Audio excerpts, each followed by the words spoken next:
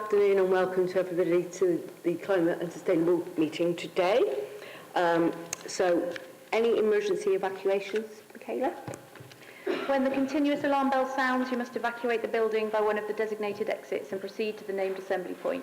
The designated exits are signposted. Arrangements are in place for the safe evacuation of disabled people. Lovely. So, apologies. We've got apologies from Councillor Wills and subbing by Councillor Sean Stevenson-McGaul. Thank you, Sean, for coming on this afternoon.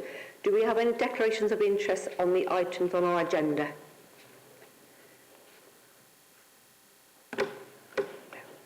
Okay. So, urgent business agreed by the Chair. There is none. So, we do have 3 statements today. Michaela has asked me to read out David's. I don't know if anybody's got it in front of them that they would like to read on behalf of David. No? Okay, I'm trying to pass the buck here a bit. Right. Sorry. Bear with me.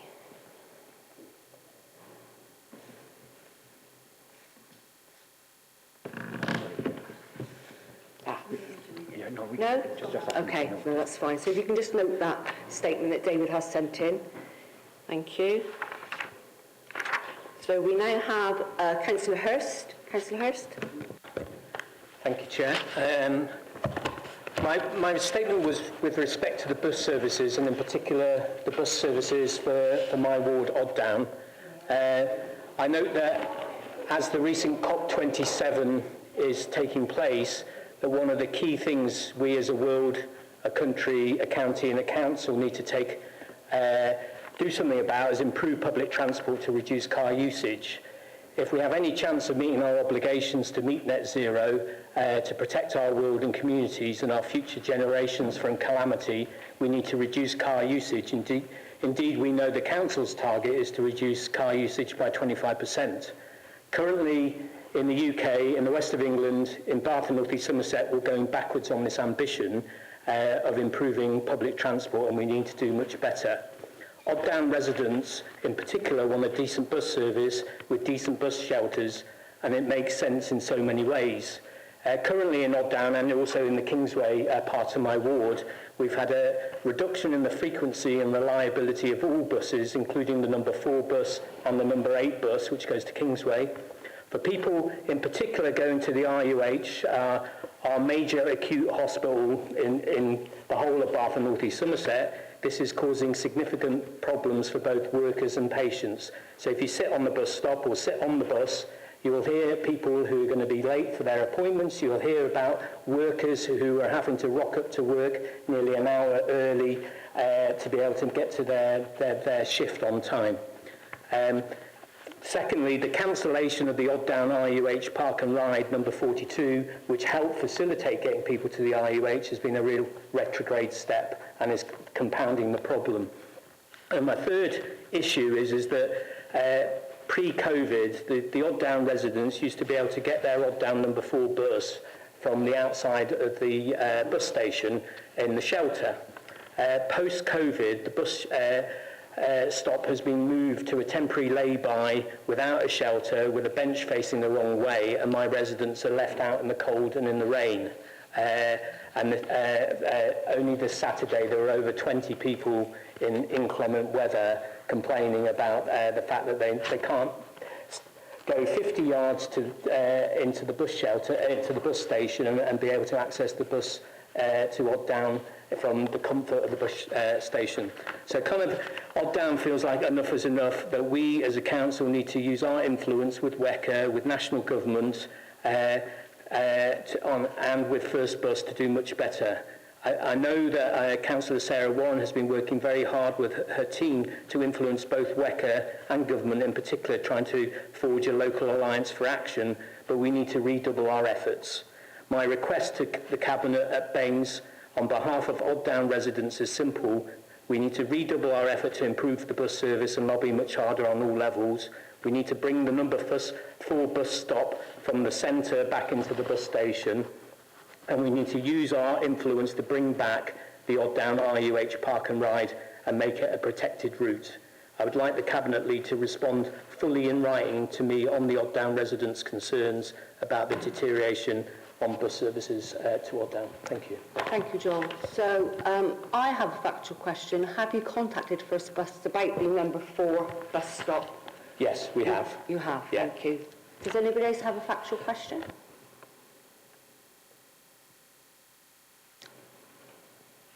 Okay, so Councillor Kumar?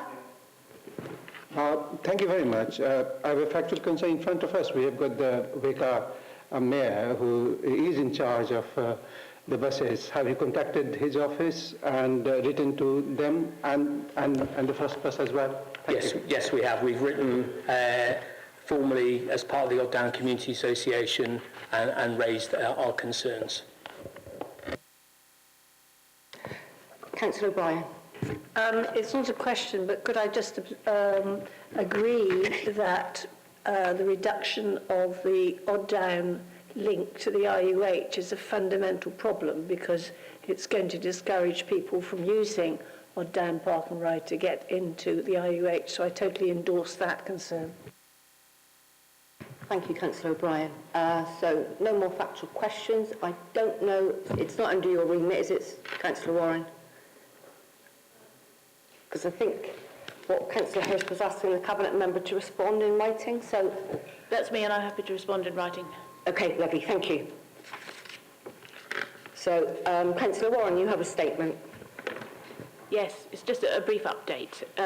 Many of the councillors here will be at a recent council debate on buses, which I expressed some frustration, and I just wanted to give you an update that, in fact, Mayor Norris was able to meet in person with me and with the transport leads of South Gloucestershire and Bristol councils last week. I hope I speak for all of us in saying that one of the outcomes of that meeting is that we envisage using the WECA Transport and Planning Board in a much more proactive way going forward at an earlier stage of policy development to help shape policy rather than as a rubber stamp consultation on papers that have been essentially finalised. And I wanted to thank Mayor Norris for that very useful discussion and to look forward to lots of much more effective joint working in future between WECA and the constituent local authorities. As we know that it's not a competition between us, we know we all have to work together in order to deliver the most effective outcomes for our residents. Thanks. So obviously that was an update from Councillor Warren, but does anybody have a factual question for her? No, that's great, thank you. So moving on to the minutes of the last meeting, do I have a proposer from the floor that they are correct? Councillor Kumar, seconder. Councillor Hurst. Thank you. So moving on to agenda item 8, I'd like to thank Mayor Dan Norris for joining us today, and I will allow you to take the floor.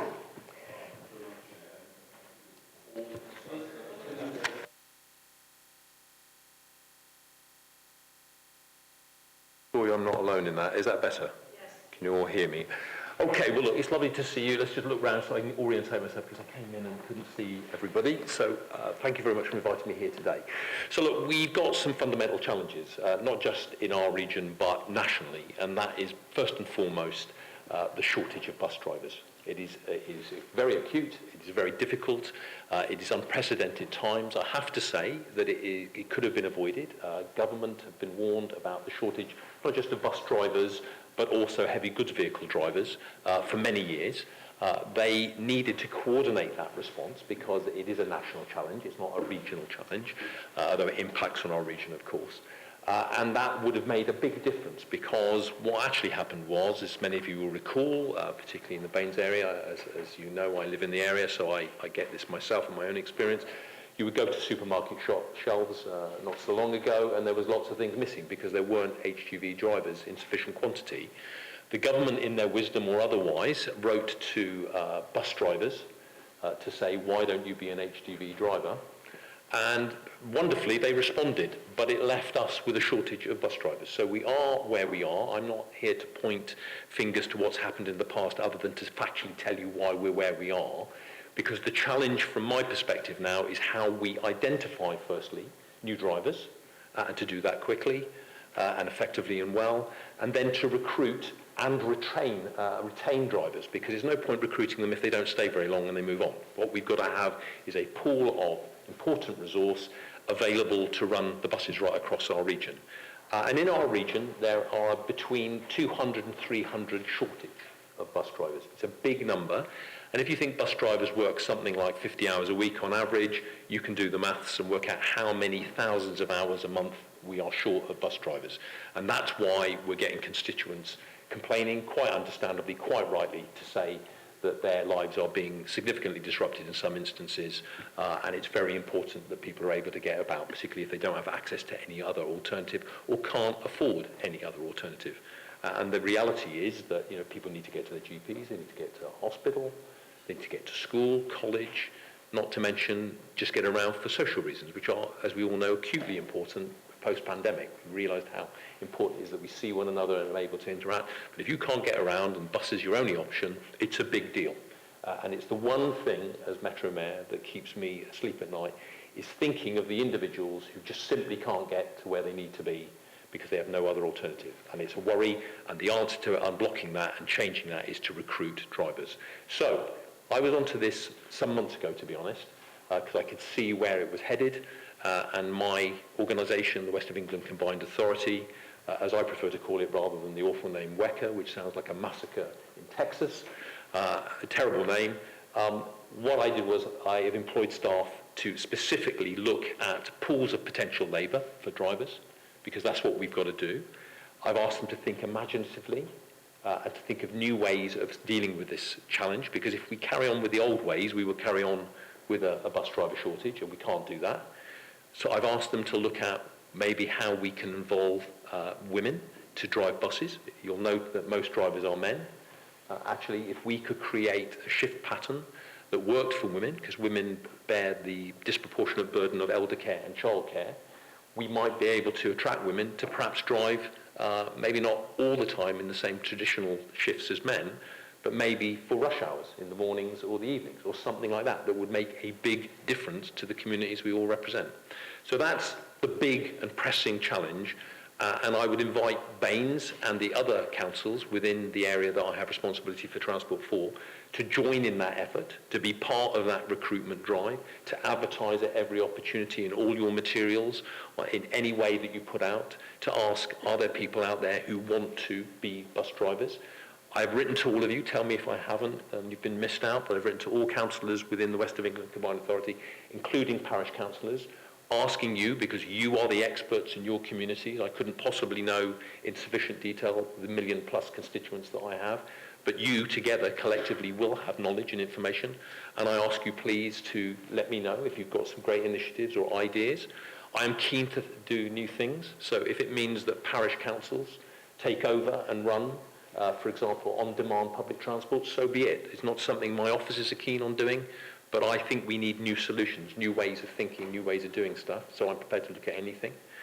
What I also want to tell you is that I don't like the current system that we've got, but we are where we are. Those of us who are as old as I am will remember when buses were denationalised. It took away a lot of power and influence that we had, so we were left with a commercial service. I think it's been shown not to have been a wise decision in the longer term, but we are where we are. So what I want you to understand is that, I only have so many powers over commercial operators because enshrined in law, they have powers to do certain things. And there are things that are very frustrating, so that I can't put on other bus services if it could in any way compete with them, would you believe? Even though we know that social need is not always being met. So it's a crazy situation.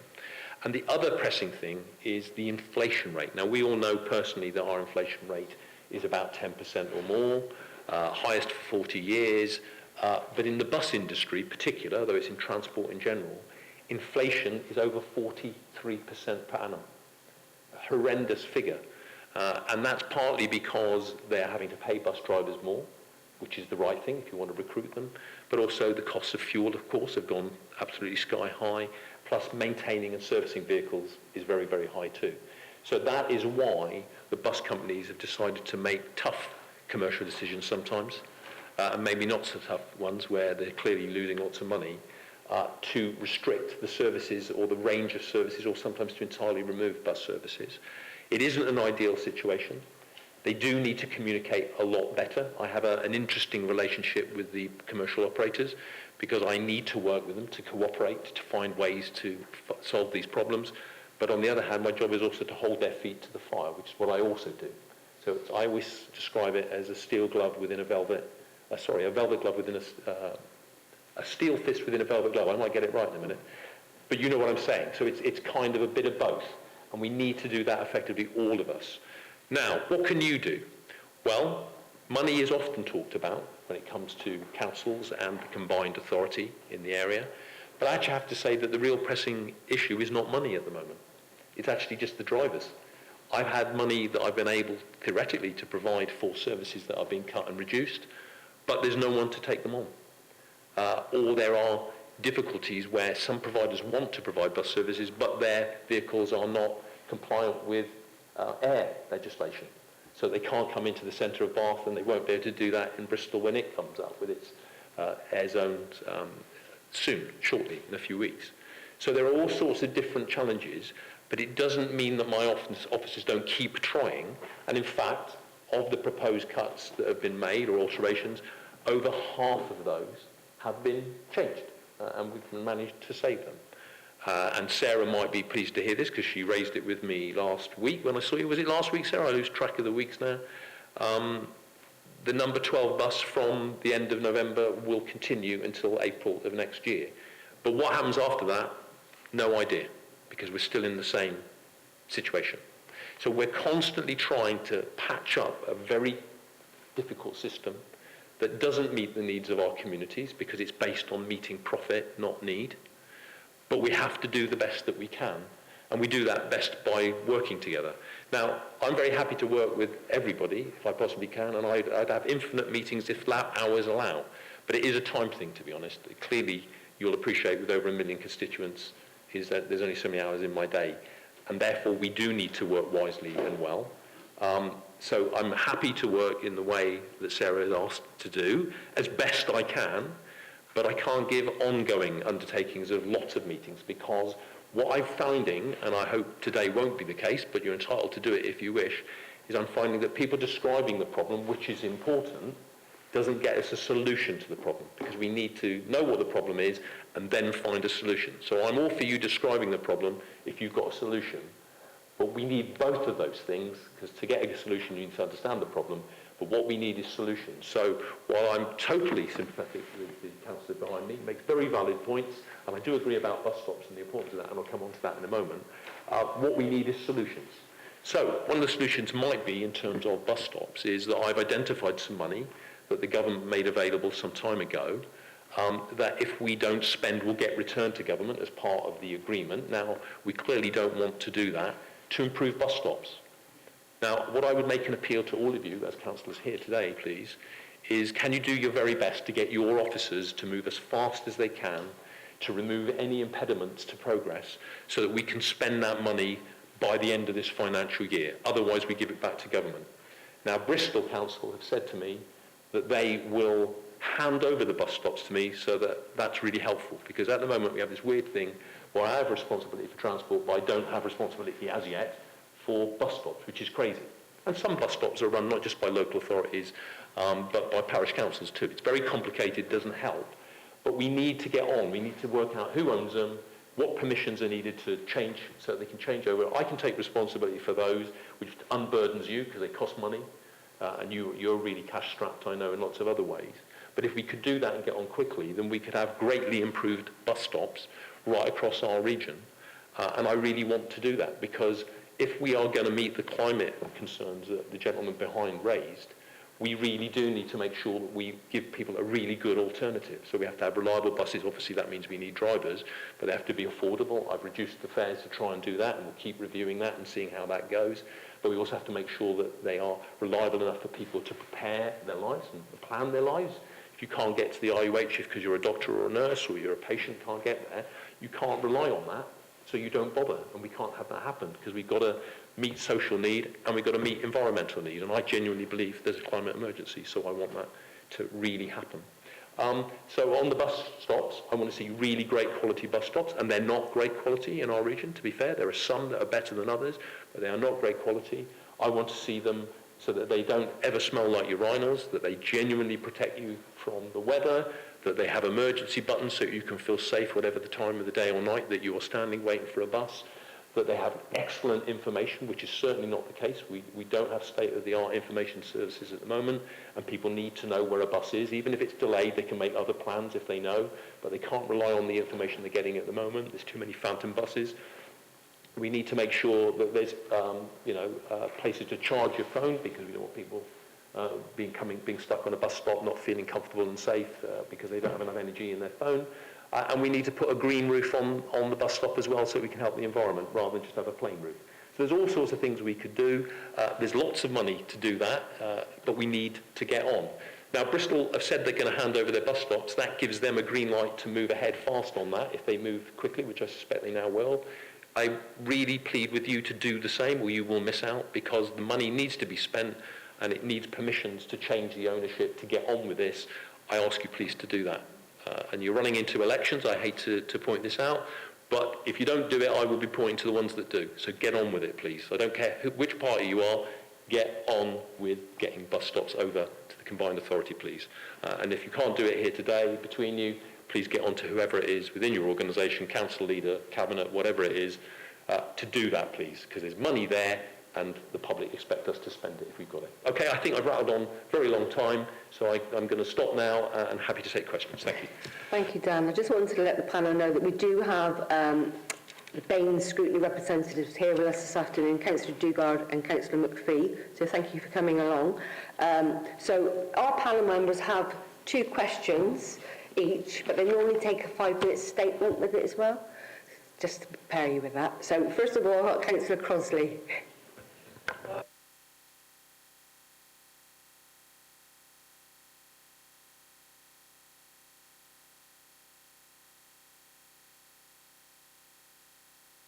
Oh, sorry. Did you hear the first part, Dan? So one of the ways that fragile bus services were maintained in the past was that we linked them up with routes going out from the station in another way. So, for instance, the number 12 would go into the station as the 12 and then go out to Bath Eastern and Bath Avon, Bathampton as another number, because what people can handle is that it's not the hourly frequency, but it's when there's no frequency, they're completely stranded. So they'd rather have a 2-hourly service than a no-hourly service.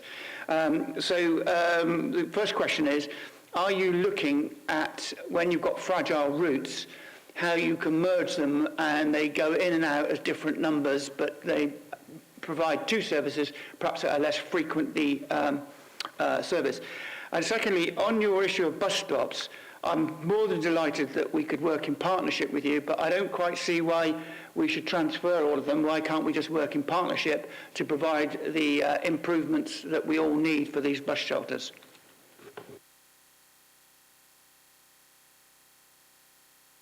Well, thank you for your questions, Councillor Crossley. Appreciate that.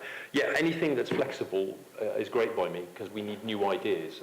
And if anything works and gives people, even if they're less frequent, but reliable buses on which people can plan their lives, and better still if we can make those at the times that make most positive impact, that would be great. In terms of bus stops, well, it just makes sense for me to do it, because I can do it right across the piece and make sure that there's cost effectiveness and all the rest of it when we're buying bus stops. We have to replace them, and we need to do that. It's a bit like the way we get bus services now. We do it right across the west of England, because that is the cost-effective way to do it. It also means we don't have arguments, because we can agree with what we need. I don't think this is terribly party political, to be honest. I think we all pretty much agree what a good bus stop is and what's required. In fact, I think most of public transport isn't terribly party political, if I'm honest. Again, I think we all pretty much agree what a good bus stop or a good bus service is. Thank you. Councillor O'Brien. Thank you. Good afternoon, Dan. A couple of things. Vis-a-vis WECA taking over bus stops, certainly I'll pass that on to the town clerk of the Kensington Town Council, as I'm sure will Councillor McPhee, because they certainly have some bus stops for which they are responsible. Is it a simple question that they can approach your office direct to say, as a town council, they want to transfer them over, or does they have to go through Baines? If they could tell me, that would be wonderful, and then I'm sure we'll work something out. But the issue, just so people are aware about bus stops, is it's to do with planning. And there's all sorts of costs associated with bus stops that are not straightforward that you'd be surprised about. So the wiring that has to go under the ground to the bus stop, so there's lighting and things like that, and the tech that makes sure that the information services work, have to be done in a certain way, and if you move a bus stop suddenly, you can cause all sorts of challenges and things like that. So it is more complicated than it seems, but the planning is part of the difficulty, because what we need is to simplify that so that we've got good bus stops for the public, because I want the change, and I believe that change will happen when there are more women in particular. Women are not a minority group, they're the majority group. They should be able to use buses fully and confidently, and I think good bus stops are part of that, along with other things. Well, thank you for that. And certainly a number, I know, of the bus stops are in my ward, and the buses are a lifeline for many people, so I will take that forward. The other thing I wanted to ask you more about, you said that you would be very happy for local parish councils to take over the running of local, say, on-demand services. Now, in Keynsham, we have a very, very successful park and ride, and they do get some funds from the town council, but they do not get funding from Baines. And they run a fantastic service. They've got over 1,000 people on their books, and particularly for the elderly and less able to get around. So can they approach you direct for some funding? Because that is, they have got their vehicles, they may want funding to get better vehicles, but certainly they have got drivers and they've got vehicles and they've got a clientele, and I think they would be very happy to extend it if they had a bit more financial support. Well, what's going to happen is that a community innovation fund prospectus, you can tell it's local government because it's so simple and snappy a title, but there is a prospectus coming that will talk a little bit more about this. Now, clearly, we're not just saying we're going to give money to any parish council. We will need to know that what they've got planned and how they're going to monitor it and make sure it works well. But I'm not against them if they can make that case, and it's a plausible case, doing things. Absolutely not. I'm acutely aware of the Chew Valley endeavours that go on. They've worked very hard to put a plan together, as you may be aware. Why shouldn't we explore that and look at that? Because what we need to do is make sure that the main routes, bus routes, are reliable and efficient, etc. But we still have people in more remote communities in particular, but also in some of our urban areas too, that can't get onto those main routes easily. So we need to think of new ways of doing that, because we do have the madness sometimes of large buses going down country lanes, empty with the driver, who could be somewhere else, perhaps making a bigger impact for our communities.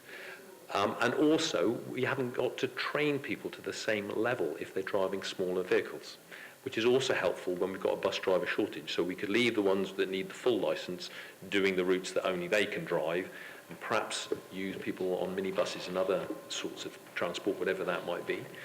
And I want us to think about, I mean, I don't know if you do the same. Since I've done this job, I start looking at buses in a way that I never used to. and I noticed that quite a lot of the smaller vehicles are whizzing around with no one in. And I really don't know what's happening there, but we need to coordinate that.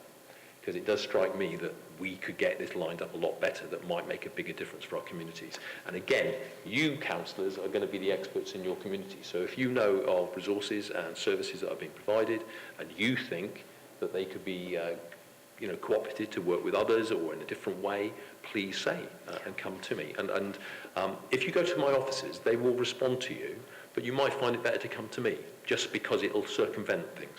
What was the name of that prospectus again? Community? It's the Community Innovation Fund prospectus. Thank you. Coming soon. Okay, thank you. Dan, I just wanted to follow on from what Lisa just said with town and parish councils running bus services or even minibuses. My concern is if there's no funding from WECA, and the precept has to go up, this will affect those on low income that do pay precept. Well, my view is that if there's money, it needs to be used, and I want it used in a way that works well. So if the case is made, and it's a plausible case, and I've got the money, then I'm prepared to very seriously consider it. Obviously, it would need to be monitored really carefully, because this is slightly experimental. But my view is that good things often come out by trying things new in a new way.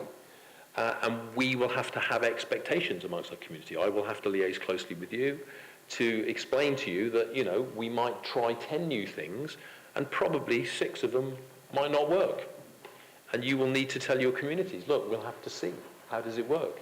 But where the most successful things and changes have happened in transport, it's often been where it's been innovative and new.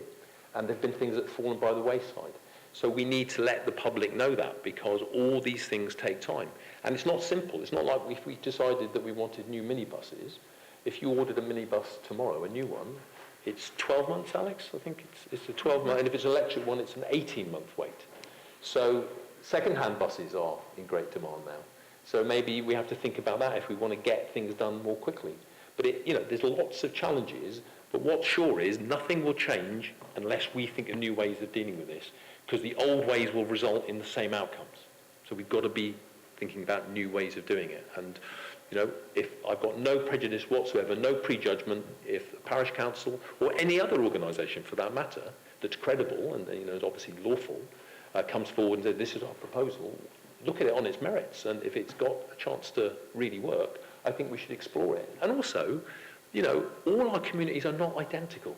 They are different in different ways. And some have a lot of resource where they have people who are prepared to give time and effort.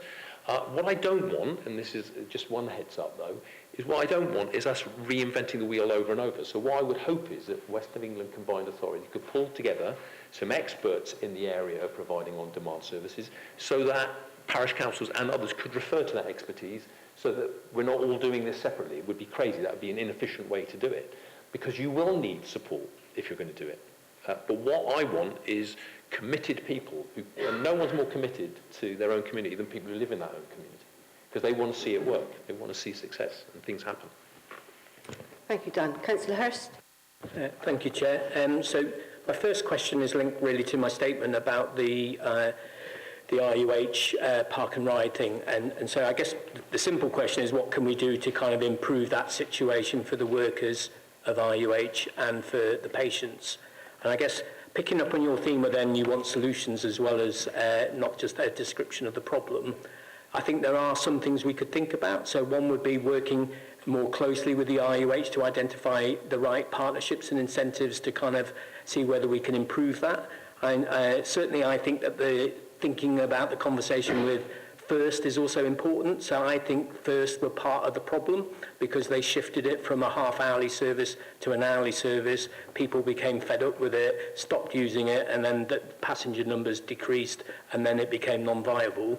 And then the third piece that I think might be part of the solution is we've got a lot of buses coming from the south side of Bath into Bath, and they all come down the Wells way. Why don't we get them to divert out when they come into the city of Bath, so that we then maybe pick up where we've been losing frequency of bus journeys coming through my part of the world, Odd Down or South Down or Coombe Down, and then come back in, and maybe in particular we get one of them to divert to the RUH and then come into the city centre, so that then we are trying to, it's not going to be the same as what we had before, but at least it's some kind of a solution. Well, thank you again, Councillor Hurst, for your comments. I mean, I agree. I mean, when I was a kid, there seemed to be a lot of employers who provided public transport for their factory workers or hospital workers or whatever, and I do think we have to revisit that. I do think we have to cooperate and make sure that we think of new ways of doing things. So I do agree with that, and it could be, because although I'm talking about on-demand services, perhaps by parish councils, that doesn't stop it being an employer. And it might be that we have to provide support in that way in order to meet these important needs. What I want us to do is have a sort of frame of mind that sort of says, well, look, this is the problem, what's the solution? And then work from it from there. And then it could be, and it will no doubt be on some occasions, that money will be the problem. And then we've got a challenge to work out how we resource that. But we'll never get to finding a solution in the first place, irrespective of resources, until we have described the problem like you've done, and I applaud you for doing that. But what I want everyone to do is go on one step more and think, right, what is the solution? And it might be you as councillors could be the key coordinators to that, because you know your wards, you know what's going on in your area. I mean, what is interesting is that bus driver shortage, which does impact on a lot of these things, it is particularly acute in 4 parts of the country. So it's bad everywhere, but it's particularly bad in London, which you might expect, York, Glasgow, and our area. And so my officers are trying to work out what is it that makes it so difficult for us? What's the particular challenge? Because if we could unlock that, that would be really helpful, really, really helpful. And another example is we've got a huge bus depot in a part of Bristol called Lawrence Hill, which you may know. Near Lawrence Hill, there's a huge Somali population, very lovely population as it happens, great community and what have you. Very few of them are bus drivers, and yet an awful lot of them are taxi drivers. So we need to think, how is it we get people to move on from driving a taxi to driving buses, which are hugely important to us? For example, we have, on average, the average age of people taking their driving test in our region is higher than other parts of the country. Maybe if we could get people to take their driving test, their regular car driving test earlier, on condition that they then go on and do training to do buses, that would help us too. What about all the students? We have a massive student population in our region compared to lots of other places. Bath University, Bath Spa University, University of West of England and Bristol University. Huge population of students, many of whom stay, and that's a mixed blessing. Lots of them bring skills and talent, but it makes accommodation sometimes challenging for the rest of us and what have you. So there's pros and cons to large populations, but why can't we put together a package that says to those students, why aren't you bus drivers while you're students here? Why don't you drive buses while you're here at term time, and then when you go home for your vacation, you drive buses there? And in return, we'll pay you this, and we'll give you free transport the rest of the time. There's got to be smart ways of dealing with this problem. I don't believe it's not possible to solve. There's a whole lot of things we need to do. Also, as many of you will be aware, because you may have heard me say this, we have secured an awful lot of money from the government. I don't know what will happen this week, whether that will be cut, because I suspect that there will be cuts, and we'll have to see what impact that has on us. But as it stands, we've secured an awful lot of money. That's a great problem to have, because obviously it's never enough. It's 2/3 of a billion, and a really great public transport system for our region as a whole. I reckon with inflation and over time will end up costing us 20 billion, so it's only a small proportion of the whole. But it's a great problem because we've done better than other parts of the country. Per head, we've done better than anywhere. So we've done amazingly well, and what we need to do is spend that money wisely and well in order to get more money. Because I always think that once you've been allocated money, then you've got to think, what's the next stage? It's a journey, metaphorically and literally, to keeping and building those resources to make sure we get what we want.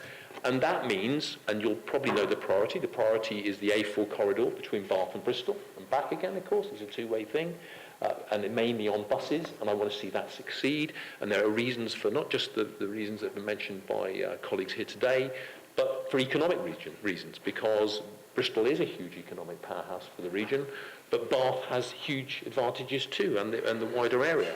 We need to make sure those links are really tight, and therefore we need really good public transport that people can rely on, and that means we need bus lanes, because people will not get out of cars while they see buses also stuck in the traffic.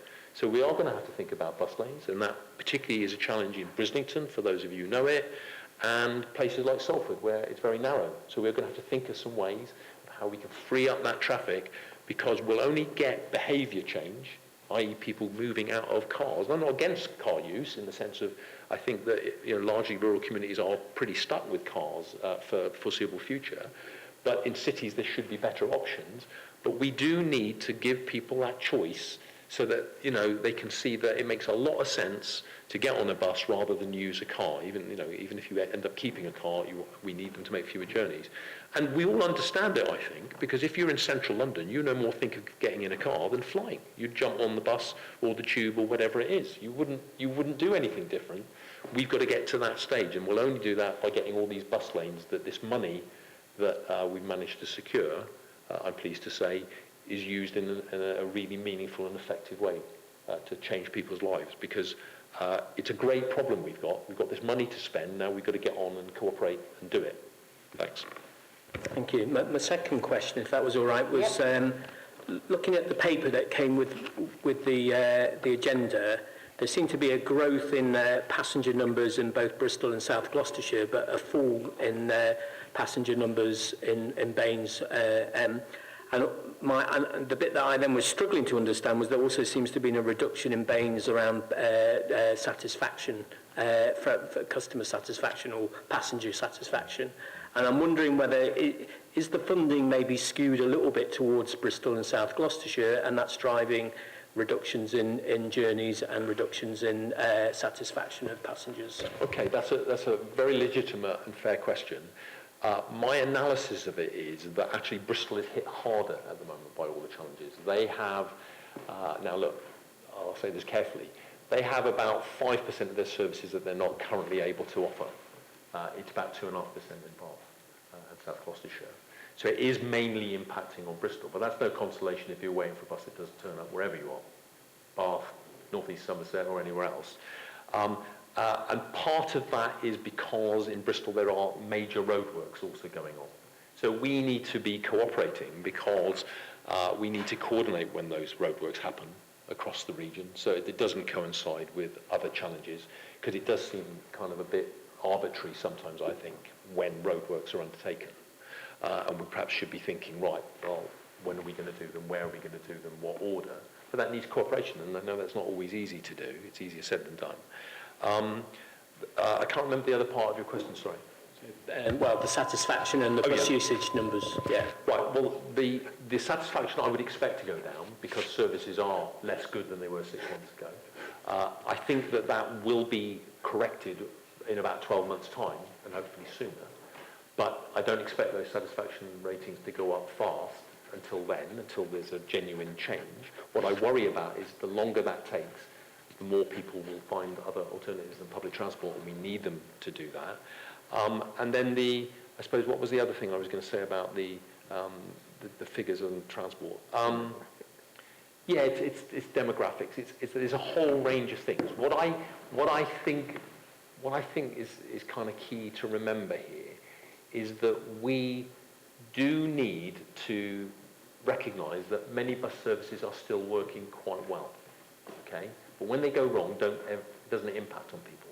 So we mustn't diss all the bus services in the process, because while I want to strangle First and the other providers on occasions, to be very honest, what I don't genuinely doubt is their efforts to recruit drivers, for example. And they do get quite a lot of drivers, but they pay through the nose, so they pay an awful lot of money to get drivers from other parts of the country at rates that are hugely over the normal rate, and they put them in accommodation. So there are efforts that are being undertaken, but what we have to have is that confidence by the public to be able to switch. And what slightly worries me is if we undermine the bus services by saying they're all terrible, rather than saying, look, there are particular challenges, we could dissuade people who would otherwise come to buses or keep using the buses. Also, we've got to recognise that bus numbers have fallen, and that isn't always a bad thing. Because one of the things that's happened is that people who were using the buses pre-pandemic are no longer using them as frequently because they're working remotely. And that's not a bad thing, because that's good for the environment if they're not making those journeys. But what we still need is bus passengers overall to increase. But it's those people who continue to use cars or other forms of transport that we need to get onto the buses, or cycle, or walk, or wheel, or whatever it might be. So we've got to triangulate a bit. It's not as simple as, well, the numbers have gone down, bad thing. Well, it's good that they've gone down if we understand the reason, and the reason is they're not travelling because they're working from home. That's not a bad thing. But what we still have to do is get the overall passenger numbers up, because The net zero target we've rightly committed to of 2030 requires a 10% reduction year on year till then of 10% in CO2 emissions. So and of course it will accelerate as we get nearer because the momentum is slower at the beginning. So we've got a big task and it's a very ambitious target, but we've got to do it. You've really got to do it. Councillor Johnson. Yeah, thanks for that, Dan. And I want to start by sort of thanking you for all the work you did with me and Liz in Poulton, particularly saving the service that helped school children get to secondary school. We were actually in a situation at one point where we didn't have any service that could get kids to school, which was a shame. But that's obviously been saved now, which is brilliant. I was interested in what you were saying about bus stops, and I think it does make sense to sort of, where we can, hand bus stops over to you. As you say, you're responsibility for transport, so why not be responsible for bus stops? I'm just wondering, you said about green canopies on the top. I'm just wondering how sustainable these bus stops will be. Okay, well, what I want to do is I'm not a leader who's worried about having sort of claim to having a fantastic idea that's brand new, no one else has done it, look how pioneering we are. What I'm always doing is wanting to look at best practice anywhere in the country or the world, and then copying ruthlessly to bring it to the benefits to our communities. So the sustainable aspects of bus stops, I'm not an expert on that, but whatever the best way is, we should be adopting it, is all I would say on that. And that's the same, and the reason that I want to have control of all the bus stops is that we get economies of scale. If we have a standardised bus stop that we know is a really high quality bus stop, it's efficient to maintain and run because you've always got the plate glass in the right size. When someone smashes the glass, wherever that is, you can always do a repair. You can swap things out. It just makes sense. So that's what it's about. And also, I think that we should, you see, what I do think, and I hope you'll understand when I say this, I say it slightly delicately, I do think that some of the standards of our bus stops are much better in Bristol and not so good in the areas outside or surrounding it. And I don't see why that should be so. So I want a standard one because I think that's just fair. I want people to kind of look and think, wherever I go, there's a good bus stop. And that's the end of it, really.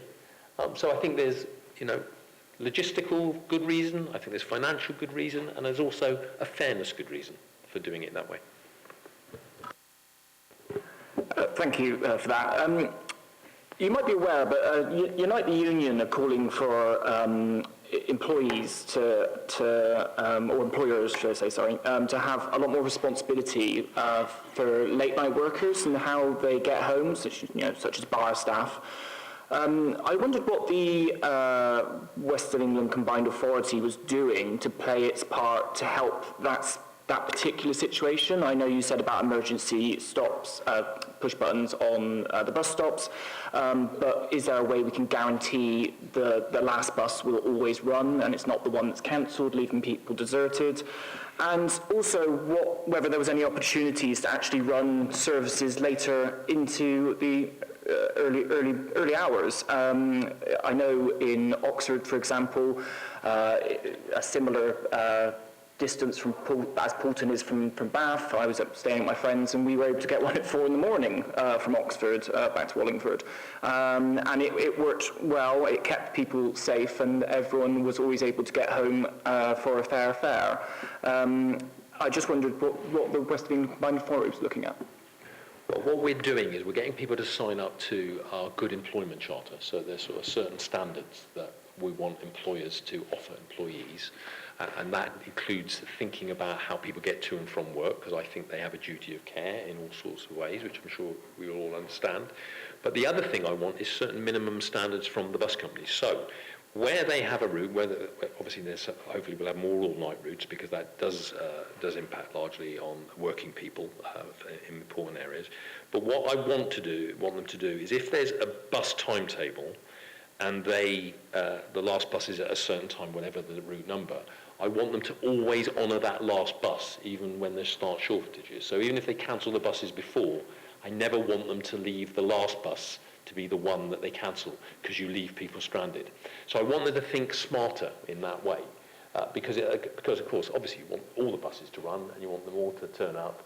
But if you are going to have to overcome a sudden bout of sickness, and just so you're aware, bus driving does seem to be prone to bouts of sickness.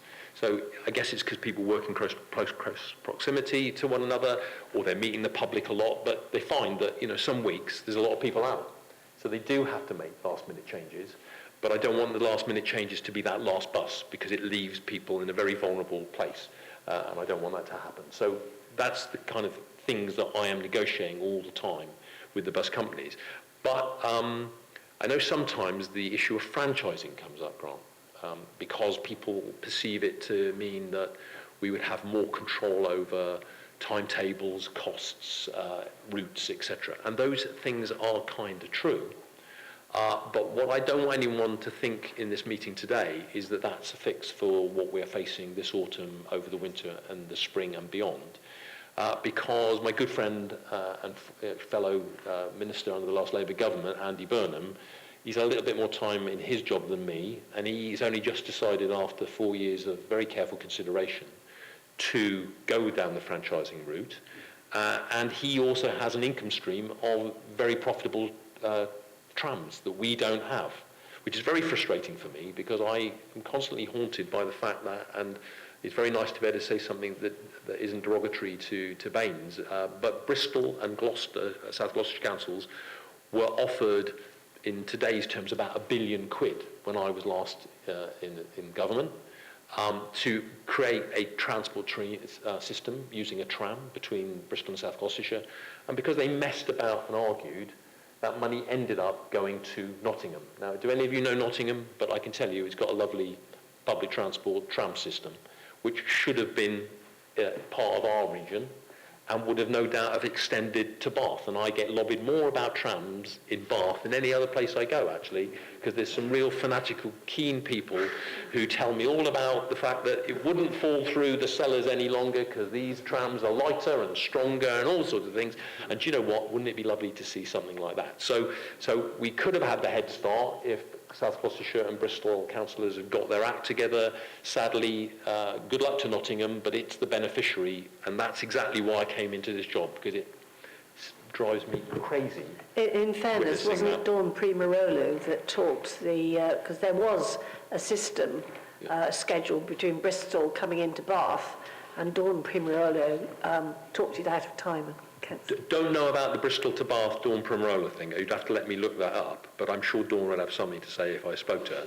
But what I'd say is that the Bristol and South Gloucestershire deal didn't happen, and that would have helped us, because it would have given me an income stream, which would have given me profits to spend on bus services that would never make money. Because some bus services will never make money, and we've got to be honest about that, and yet they are socially important. So we've got to recognise that. Councillor McPhee.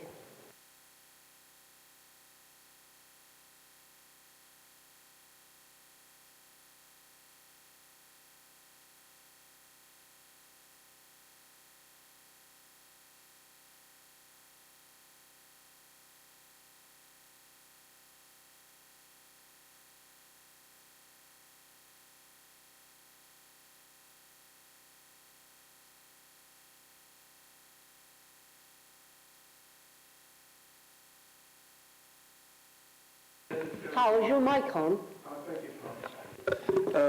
One of the changes you experimented with was the 178, which is changed and is going through Keynsham, but then stopping at the Park and Ride. And I've done some initial inquiries of people about that, and they're not finding it too bad going, but it's coming back, because you're coming back on something that's very often late, and then you miss the 178 and you're in real trouble because of the timing.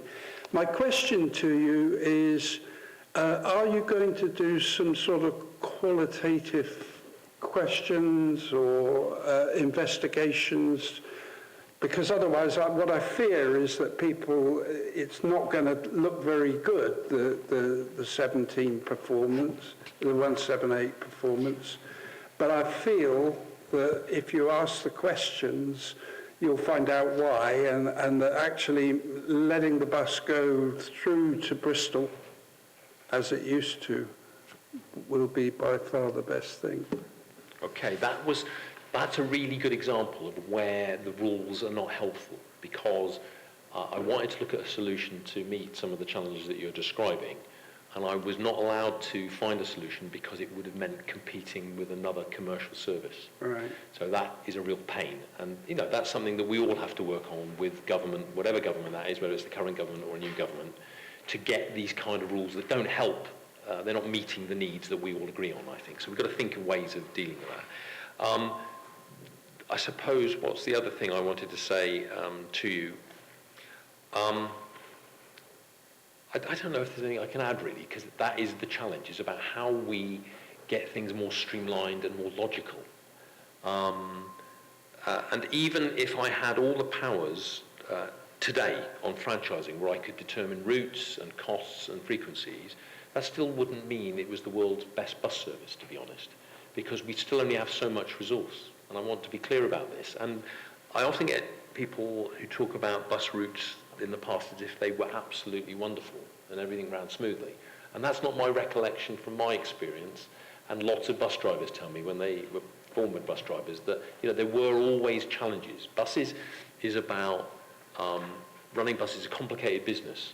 But that's where your point about what information do we get is so important, because now in this technological age, surely we can use that technology to get really good quality data to see where certain routes are working and where they're not, and then adjust.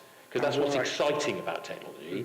I know young people in particular, but others too, love the fact that you can press buttons and do all sorts of things. But actually what matters is to be able to make smarter decisions. And that's what the bus companies do. So they do set up these, certainly the bigger ones, they have all these this data comes in, and then they analyse it, and that's partly why they cut certain services, and we go, what on earth's going on? Because they've looked at the data and they can see that it's not making money, or it's taking too long, or whatever.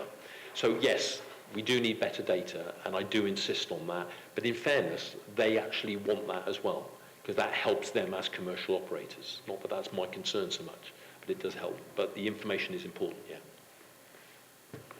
Councillor Dugard, did you want to come in then? Yes, if I could ask a related question.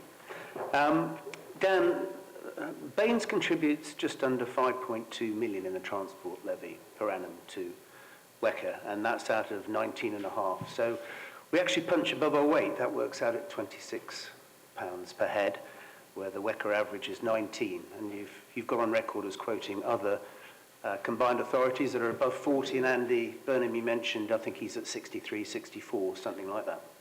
So if you were to go the franchising route, I think the discussions that have taken place is about probably the extra amount would have to be done by precepting. So the questions I wanted to ask is, if you look at our 5.2 million that Baines contributes, 780 grand of that is on supported bus services, and 367k is on community transport, making 1.15 million. Is that the element that would have to be increased for you? Is it those two elements of the breakdown of 8 different sectors? Because we've got concessionary travel and various other items in there. Is that the amount that we're really aiming for? Because that 1.125 million, it's very simple in Baines. 1 million equals 1% precept.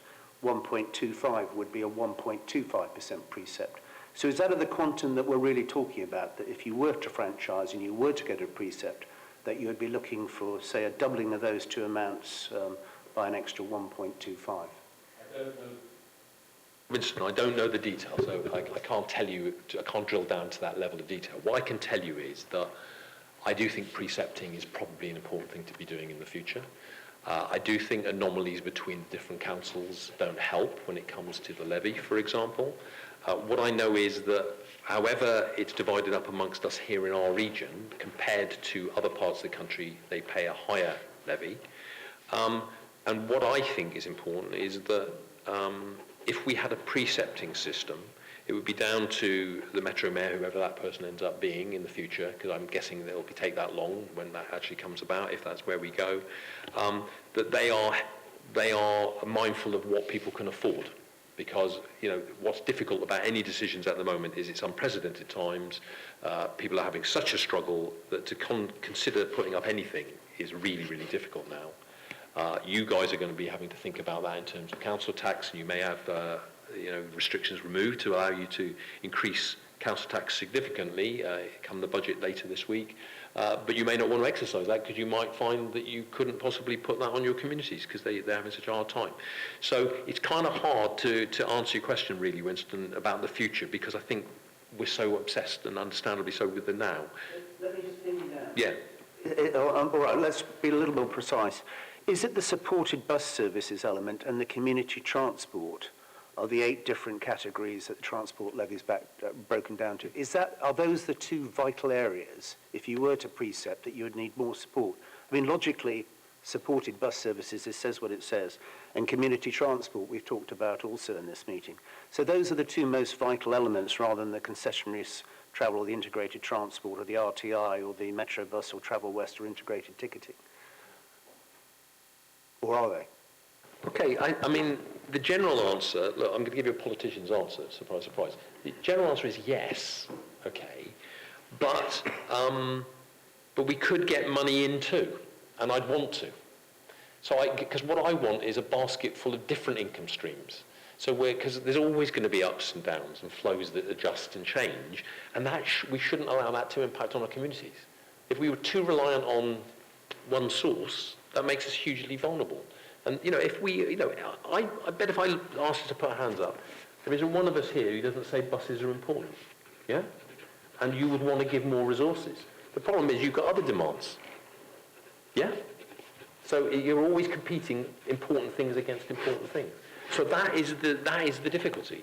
So what I want to do is diversify. So yes, obviously, I want whatever income I can to provide the kind of services that we agree, Winston, and I guess the room agrees on, are important, supported, whatever.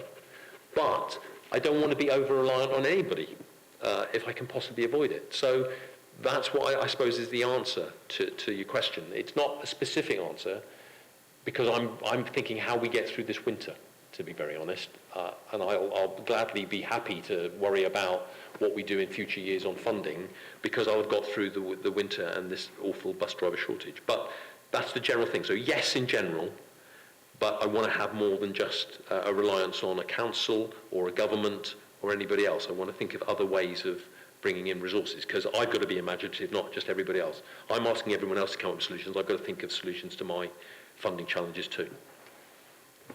Councillor Stevenson-McCall. Thank you much, Chair. I've got 2 questions. One firstly relates to Oldfield Park and to Bath. But my first question, I've got the honour of being chairman of Bath and North East Somerset Council this year, and one of the things that I've been doing... Seen you in action. We've had some good discussions. I've been out visiting the parish and town councils in North East Somerset, and I've been to Westfield, Timsbury, Clutton, Whitchurch, Bath Eastern, Temple Cloud, Keynsham, Farnborough, Dunkerton and Tunbridge. You sound like someone I know called David Redgwell. A list of destinations, yeah.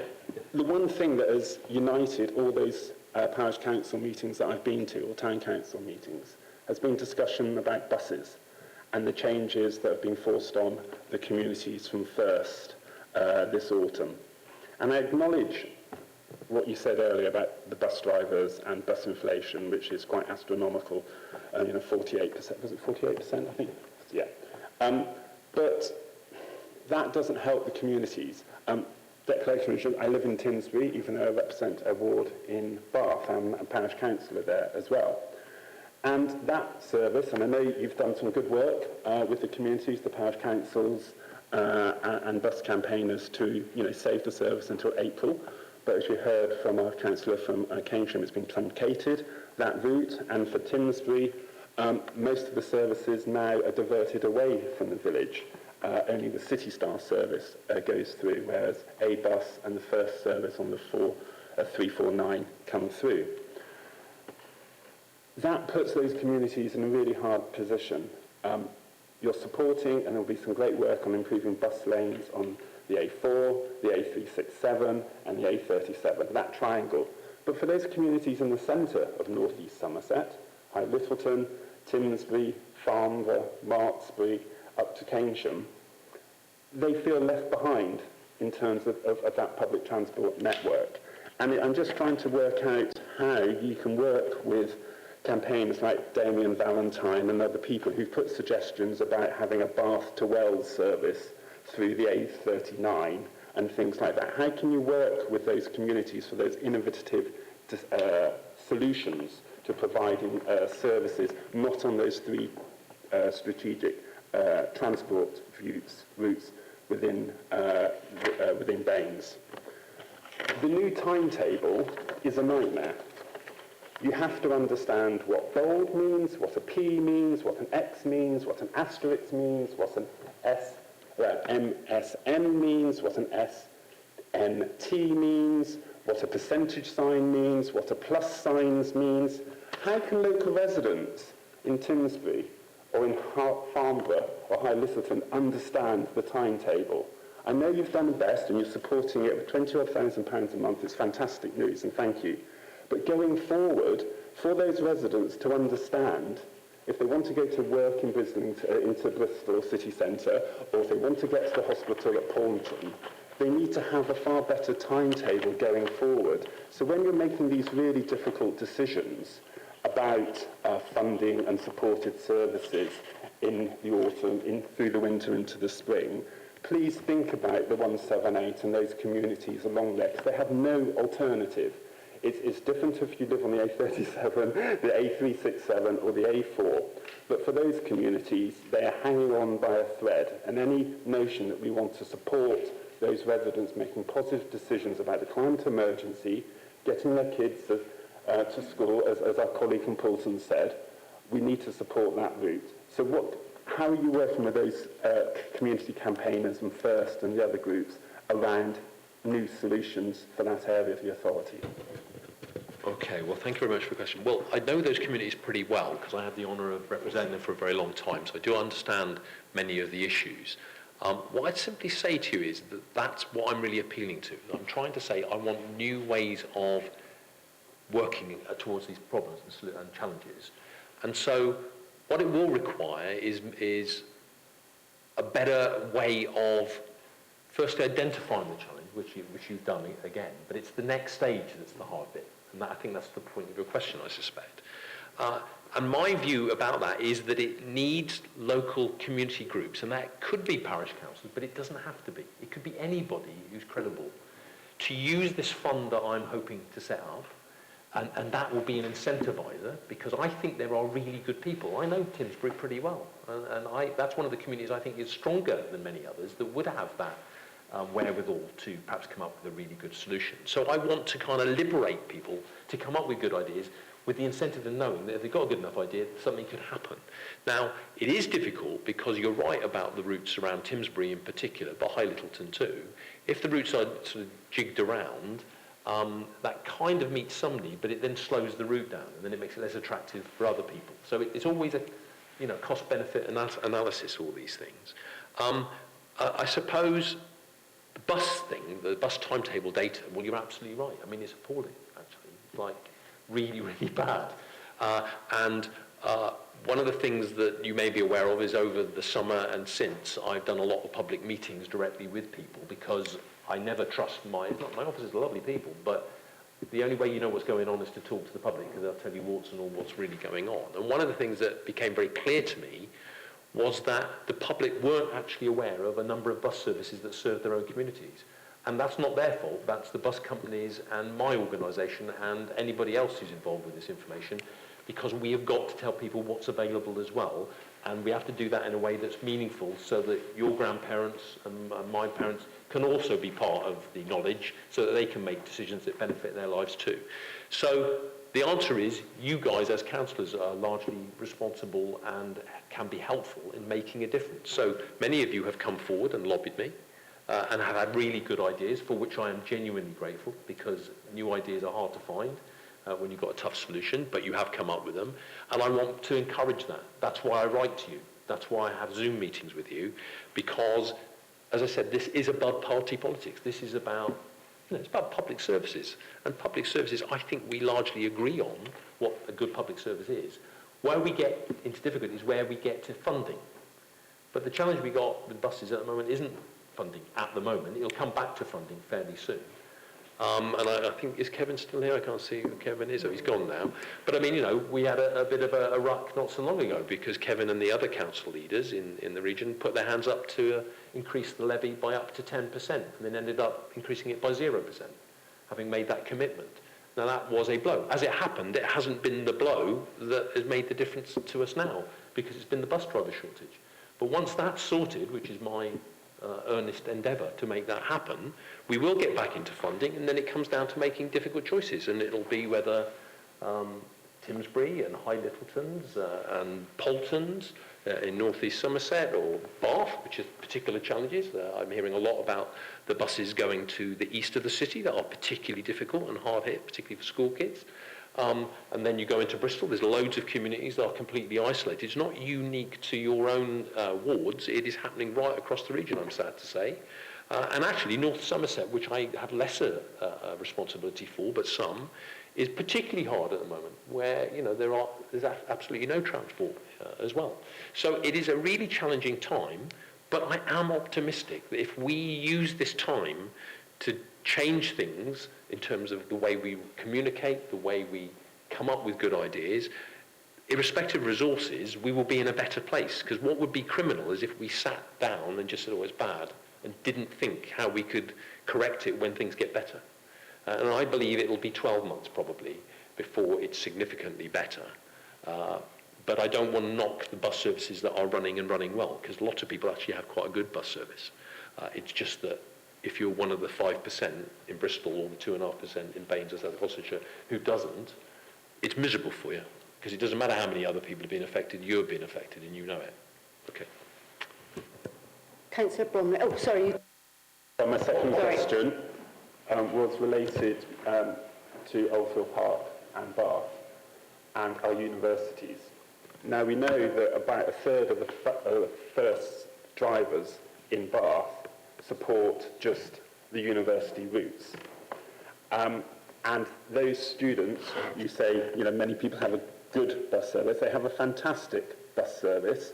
The last bus is, and it relates to what we're talking about in terms of late night buses.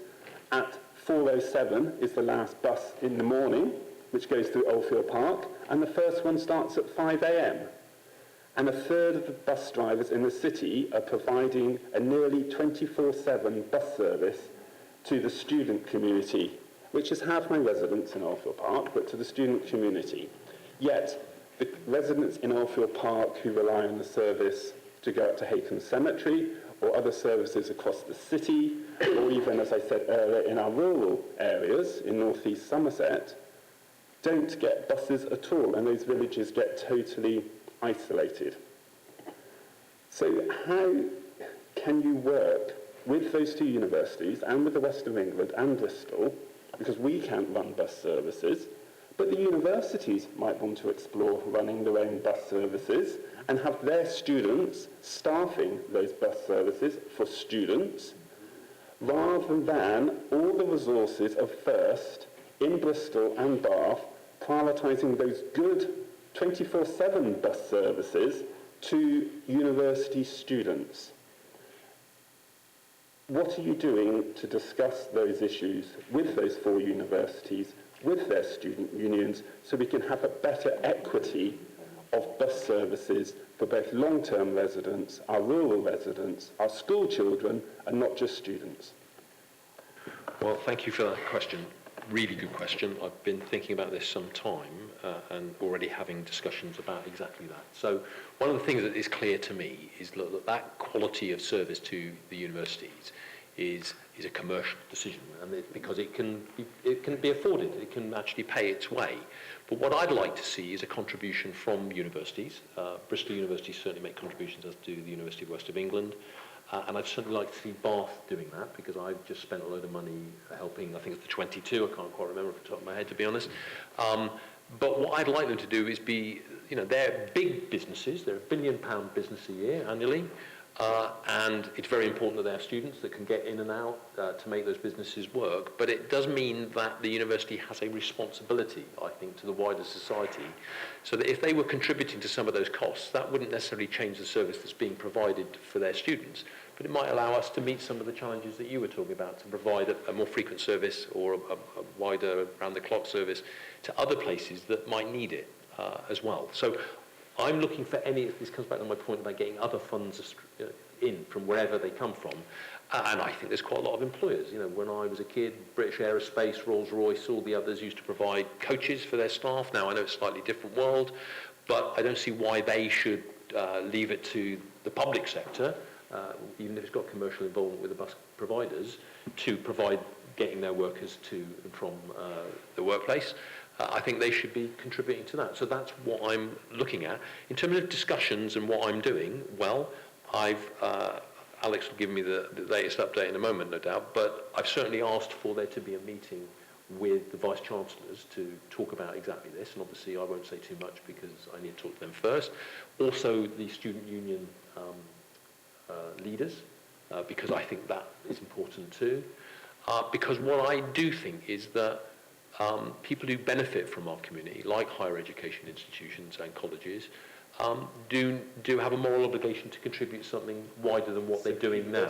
Yeah, wider than they do now. So I do think that's important. And I've heard, I think Kevin's gone now, the Baines leader, but I've heard him talk very passionately about wanting to put the council tax up for students because it causes such problems with housing in the area and one thing and another, and he'd like to raise revenues and get students to pay money. Well, I suspect that'll go down as well as student tuition fees for the Lib Dems in particular, but that is a genuine intention to try and get people to contribute more to the other parts of the community that are as important as HE. Now, HE is very important. Big business brings a lot of money to the country and our region, but I do think there's obligations that come with that, because we support them in lots of ways. We provide tremendous recruiting sergeant, don't we, for all their students to come here, because it's a wonderful area and there's a great quality of life and all that. But that doesn't mean to say they just come, take, and give nothing back. So that is a discussion that's having to happen. And actually, there are some precedents, because Bristol University and UE already contribute to some bus services and pay for them. So I want that to be expanded. Okay. So I have two more councillors who've got questions. Firstly, Councillor Bromley. Thank you, Chair. Hi. So thank you. Just thinking about solutions then, talking about the bus driver shortage. I mean, looking at the post-Brexit systems for recruiting new staff, sort of sectors with shortages like agriculture. I mean, have regional mayors made approaches to the government to get the public transport system and the driver shortages included in these sectors? Because I mean, obviously we all remember about 15 years ago we had a lot of new bus drivers from the east of Europe, especially Polish bus drivers, and we really feel that's lack now, don't we? So I mean, so is this system included, or have approaches been made to rectify this situation? If not. That's a great question. There's something called the M10, which is the Metro Mayors. There's 10 of us, 2 Conservative, 8 Labour. We meet fairly regularly. We make agreements to approach ministers about exactly those sorts of things, because obviously they're key to perhaps solving some of the challenges. What has been really difficult, and I'm not making a cheap shot, I'm just telling you because it's true, is I've had so many meetings with different ministers because there's been so many changes that I've had the same conversations with 3 different individuals in the same role. So it's been particularly awful of late. It hasn't been me who's done that particular discussion that you're talking about drivers from Eastern Europe and whether post-Brexit we can kind of rectify that or make it easier for drivers to come and work here if they want. But you'll be aware, and no doubt that's why you asked your question, that there's been lots of pleas, because there's a skill shortage everywhere. It isn't just about buses, let's be clear. And people, let's say the jury is still out, but it does seem to be swinging to the fact that Brexit has not helped. I think people are starting to conclude without jumping to any conclusions, and we will see how it pans out. But it is noticeable that lots of drivers who didn't feel welcome in our country, and the decision by the referendum that was, democratic, it was done properly. But if you don't feel you're welcomed and you're not valued, guess what happens? You go back home, and then there's consequences. But at least I feel that we are talking about that now, whereas it seemed like we couldn't dare talk about that. We couldn't suggest that anything about Brexit was negative, when actually it was a 50-50 vote, the referendum. People forget it. You think there was a huge majority. It was a very close thing. And I suspect if you had an election today, another referendum, it'd be a different result, is my view. But there you are. So, yes, we do talk about those things. Yes, we do think about the consequences of Brexit as well as other things. We do work collectively as Metro mayors, even though there's more than one party involved, because we see the common good in working together to try and get change that will help the people we all represent. Can I just come back? Yeah, thanks very much, and I think that's great. And I mean, I think it seems to be that gradually this discussion is opening up about shortages in other areas, and this could be a solution to widen the, as you say, to widen the opportunities for people to come in, from other countries, and possibly not just Europe, because we're not in the single market anymore. And just like a second comment, actually, just thinking about organisations that help to transport their own staff. Of course, we've got a brilliant example with Wessex Water, and I suppose whether that could be applied to other organisations like universities. I mean, because my son works for Wessex Water, actually, he's one of the beneficiaries of their very good free transport system for their staff. So that could be widened out as a model, as a solution, really. Okay, well, look, I'm going to talk to Colin Skellett, the chairman of Wessex Water, to find out a bit more about that, because that is news to me. But it's exactly that sort of thing. If there's good practice happening and it's making a difference and helping, I want it adopted more widely. And obviously I'll have to make an assessment and a judgment about that. One of the things I would simply say, though, the pandemic has had a huge impact in Britain, because it's taken, depending on how you measure it, between 600,000 and 1 million people out of the labour market, mainly aged over 50.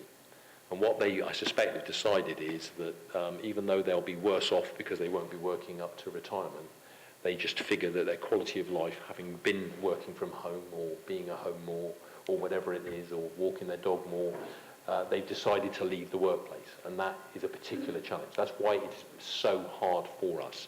So we do need to remember that, yes, it is partly to do with things like Brexit and people who were abroad, who came to be part of our communities, and very welcome they were, and everything. But it's more complicated than that. There's also a lot of people who have decided voluntarily, of their own free will, to not be part of the working population, and that is why it's so hard to get lots of people, lots of products, goods, services, you name it. That is a challenge. And it happens that I have responsibility for skills and training as Metro Mayor for our region, and that is a hugely important thing, because the rapid change in technology means that we don't know. I mean, you may have heard me say this before, you may not. A child born today will have about 6 careers in their lifetime, 3 of which they don't even know, haven't even been invented yet. And we've got to try and anticipate as best we can, horizon scan as best we can, so that we've got people skilled up. Because it's always chicken and the egg, isn't it? So if you believe electric vehicles are important, which I suspect many of you would think they are in terms of the environment, you've got to have the engineers who can repair them and keep them going before you can get the cars on the roads and buy them in. And so do we wait until there's enough cars and then we train them, or do we train them first and keep them standing idle until there's enough? We've got difficult decisions, but that's what we've got to do. We've got to try and anticipate. And my view is that Britain will be a successful nation by using the biggest proportion of the talents of its people compared to other countries. There's no one we should exclude, no one from any background, any gender, any history. Everybody has got to contribute fully if we're going to be successful. And if we can do that, we will be doing very, very well. So last, Councillor Moy, thank you. Thank you, Chair. Yeah, thank you. So question was really also about recruitment and training, so that kind of follows on quite well. I like your idea of having an incentive scheme. I didn't quite understand how it would work, whether it would be WECA directly or via the bus companies, but to, offer to pay for, to train young or older people up to drive, and then that would be something that they would, retain anyway. But then in exchange for them agreeing to work for a certain number, period of time, a bit like sort of joining the Navy, or, for example, or the Army or so. So I don't quite know how that would work, but it's certainly interesting idea. But the question was really, you were saying you're very keen to also try and recruit more women. So I was thinking about women. Do you go to colleges and schools, sixth forms, so I'm thinking in particular, to try and recruit young people before they've even finished school, sort of lay out to them this option of being trained up and then having a secure job? It hasn't got to that stage where I do that yet, because we're still trying to understand the problem to find a solution. But it will require that at some stage, I think, because it is about awareness. And what I want people to get is that being a bus driver is a really important job, actually, if you recognise community and you value community, because you are getting children to school, you are getting that older person to the GP or the hospital appointment. It's more than just driving people around, it's changing lives and making a difference. So that's very, very significant. I'm just trying to think. I think that the real challenge for us all is to understand the nature of our workforce. Because if we do that well, we will be able to create the jobs that fit around particular needs. Now, I'm very keen that there be more women bus drivers, because I just want more bus drivers, and I can see that it doesn't reflect society as a whole when you see the drivers. But it'll only work if it reflects the lives of many women, because whether we like it or not, disproportionately women are burdened or challenged or given the responsibility of elder care in particular, and childcare, of course. And unless we can reflect that properly in what we are offering as a job offer, it will not work. So the issues with young people are quite interesting, because if we were to have a kind of contract, so if you come and drive a bus and you're a student, or any group, there are still quite a lot of issues about how you enforce that, because the law allows people to move their labour around and not be restricted. So we do need to have discussions with the government about what is a reasonable expectation if we're investing in them, to what we can expect back and how we could enforce that. It's always been contentious, because we know lots of doctors get trained at however much it costs, millions of pounds, and then they go and work abroad, and we can't recover that. So there's always a challenge. So there needs clarity at government level to create a legislation that helps us be robust and expect a fair exchange. There's also prejudice goes on. So, when I talk about, I haven't seen it here today, but when I say about students driving buses, sometimes people are saying, well, would they be on time for getting up at 4 o'clock for the 6 o'clock shift? And they may have a point. I don't know. I'm trying to think what I was like that. But there's all these different challenges need to be discussed, because I suspect that, what about all those people I just mentioned, the 600 to 1 million people who decided to get out of the workforce? I bet you quite a proportion of them would contribute to driving for some proportion of the week on an ongoing basis, recognising part-time, recognising that it's needed by their communities. So there's all sorts of options, I suspect. Sorry, just following on from that, really, can you tell us roughly how many of, maybe it's an unfair question to you rather than to First Bus, but how many bus drivers are full-time as opposed to part-time? How many are part-time at the moment? Because that would be interesting to know. I don't know the ratios. I know there's about 1,200 drivers in First has, and I don't know what the ratio is. But what you'll find historically is they'll want people working full shifts, because it's a lot easier. But they've got to get flexible. They have to. And that is complicated. But they're seeing the consequences of not having enough drivers. And that's a great motivator, I think, for just finding a solution. But I'm sorry, it caught me off guard there. I don't know the answer to that. Okay, so I'm going to round this up by asking Councillor Warren, would you like to respond to the offer of WACA taking on bus shelters? I think we need to take some officer advice as to whether that was the right approach for Bath and North East Somerset and would get the best outcomes for our residents. So I'd like to thank Dan and his assistant for joining us this evening. And if anybody's got any other ideas, suggestions, or more questions, I'm sure Dan will be happy to accept them. Thank you. Thank you very much, Chair, and thank everyone for your time today. Appreciate it. It's nice to talk to you. See you. Thank you.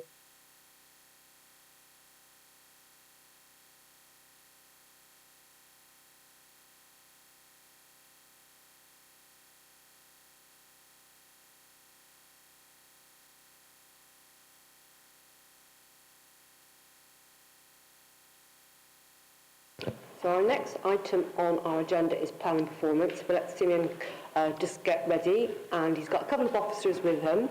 So if you are going to speak, if you can introduce yourself so that everybody around the floor knows who you are, that would be most appreciated. So the recommendation is to note the report and make suggestions on where performance can be improved. Thank you, Simeon. Thank you very much. Put out speakers. I'm Simon de Beer. I'm the head of planning.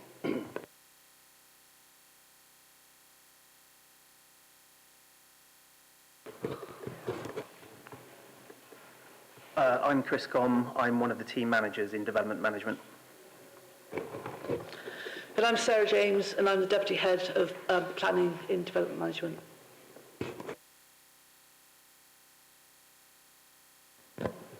Simeon, we'll let you take that away then. Would you like us to introduce the report? Yes, please. Thank you very much. I won't say very much because you've got the report in front of you, and it's a fairly short report. I think the overarching comment I wanted to make was that the report is full of numbers and statistics, but really, you don't forget that planning really is more than just about numbers. It's about creating quality places. It's about helping the council deliver its objectives. So really, planning is quite critical in terms of delivering the climate emergency, the biodiversity emergency, and generally good placemaking. So hence we have a lot of very professional officers who are trained and whose desire is to see better places. And that can get lost sometimes. We're just looking at all sorts of figures of performance and those kind of statistics. So that's one overarching point. And I think the other point to mention is that it is a highly regulated service. So nationally, the government really, very tightly regulations, a lot of regulations to follow, and officers have to do a lot of balancing between the various competing and conflicting interests in the planning system, and it will always upset somebody in the decision. So either we'll refuse something that upsets somebody, or we'll allow something and upset somebody else. So it's very hard. So officers will really take a very transparent, a very fair approach, consider the issues properly, and come to what they think is the most appropriate conclusion. And I think just the last thing I'd like to say, without getting into the detail, is that workloads are high. They're very volatile as a result of the pandemic, but they are high. Caseloads are very high. The council has still managed to maintain good performance in terms of the meeting targets for planning applications, and also in the appeals record. So unless any of my colleagues want to add anything more to that, we're happy to take any questions or queries. So I'm happy to start off with the first question. So planning appeals or planning applications reviews, these costs are met with the planning department. What are those costs? Did you want the precise figures, or just generally it's costs in terms of sometimes legal advice, in terms of securing external expert advice, maybe landscape or viability advice? Anything to add in terms of the cost of appeals? Not really. I mean, I haven't got the actual figures, the exact figures, but we would have the exact figures if you wanted to have those. After this meeting? Yeah, I mean, we could, yes. we could provide some information. I mean, the figures would relate to, for example, legal advice, and advice that we buy in potentially, I suppose we would maybe be able to break down. Obviously, there's other advice relating to officers within the council, which will be absorbed within the general work streams. So they wouldn't be able to be separated out, but we could probably look into certainly the things like appeal relating to legal costs, etc. We do have a budget set aside of roughly £40,000 per annum to deal with particularly things like legal advice and those kind of things. However, it can fluctuate hugely. So some years you have a load of appeals, it could be over £100,000 some years, other years slightly less. So it does vary just depending on the nature of the appeals. We can give you a record of what we have spent in the last few years in terms of appeals. That's what you're... Yeah, that would be very helpful. Thank you. Thank you, Chair. I had one question about HMOs. So I know that we brought in new SPD in, I think, January 21, was it? And I just wanted to get your commentary on, has it been effective at kind of delivering what the intention was, which was more sustainable communities and getting the balance maybe better towards having family homes for families rather than conversion into HMOs, or do we need to go significantly further?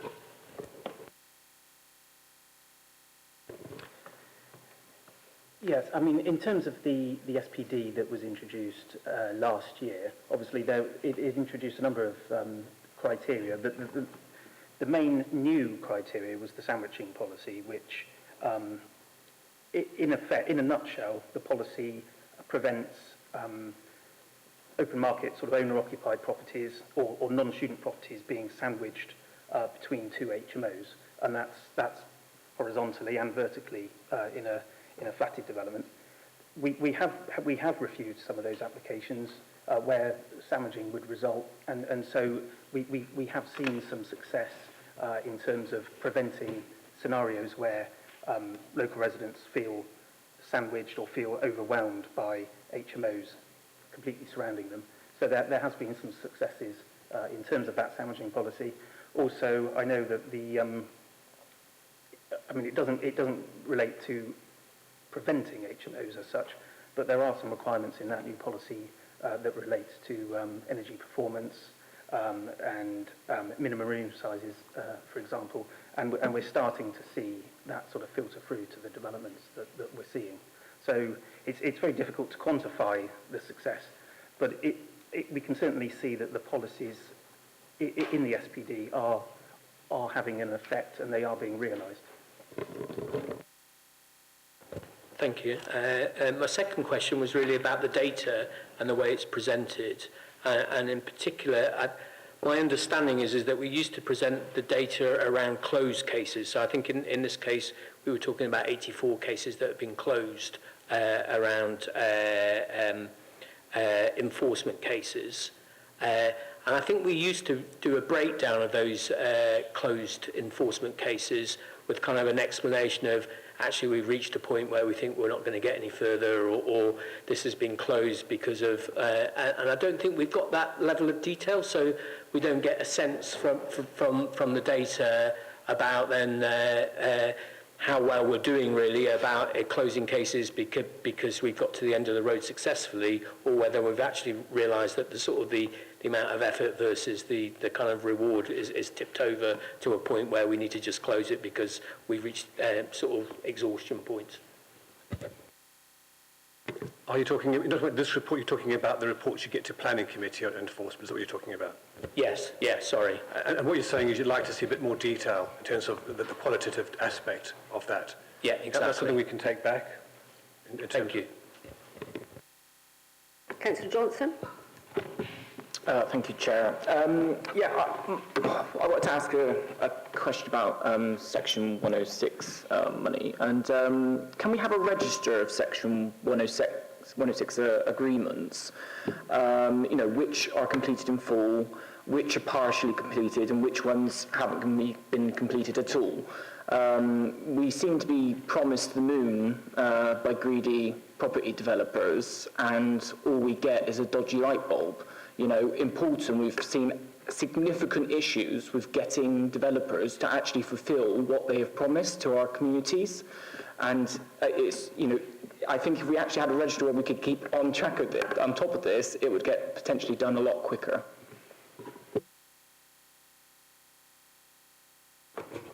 We do have a officer that is monitoring the Section 106 monies in terms of generally what happens is they're notified when the development is commenced, so they can then monitor the monies against the requirements within the Section 106. Those requirements obviously are legal requirements, so developers are bound by it and do have to adhere to it, and it can be followed up and is followed up if those monies aren't provided. Obviously there's a linkage between actually getting those monies through the 106 and then getting them the stuff actually delivered. The various departments that are responsible for the various elements of the delivery have then got to put that money into their work programmes. So, for example, if there was a set of money to deliver some highway works, that money might come in, but then the highway department has to have a programme for actually putting that through. So, you know, there are timescales for that coming through, but I'm not aware of any particular situation where we are failing to actually secure the money that has been put into a Section 106, and if there are circumstances like that, we could certainly follow it up. Can you provide us with that information, though, so that we have an oversight of what's happening as councillors? Because we do get asked about these particular issues that, you know, residents have all this new housing and we don't have the infrastructure that was promised in place. Poulton, as I said, you know, we've got 500 houses, they're just going to build another 73, and they're using one access point for all that massive estate, rather than building the access point that they promised they were going to build. You know, it just strikes me as madness that we can't put that in and make everyone's lives, and especially the road network in the centre of Poulton, a bit easier. Yeah, I mean, it's, thank you. I mean, there's different types of Section 106. I mean, some relate to the money and some relate to physical works, as you've just mentioned, maybe a highway access, etc. The officer that I've just spoke about will be monitoring the money coming in, making sure that that's arriving, and there'll be some form of spreadsheet, and I could look and see exactly how that is collected and how that is recorded to see how shareable that is. It will be on our systems in some way, so I don't know how easy that is to share. It depends, I suppose, what the report looks like and whether it's sort of fragmented at all. So we can look at that. But in terms of the delivery of works actually on the ground, I mean, we don't have compliance officers.